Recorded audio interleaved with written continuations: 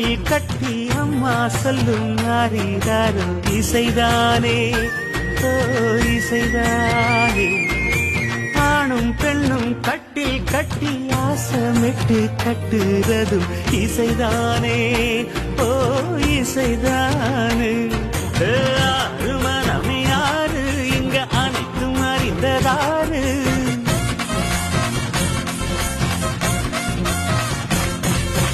அறிவை திறந்து பாரு அதில் இல்லாதத சேரு.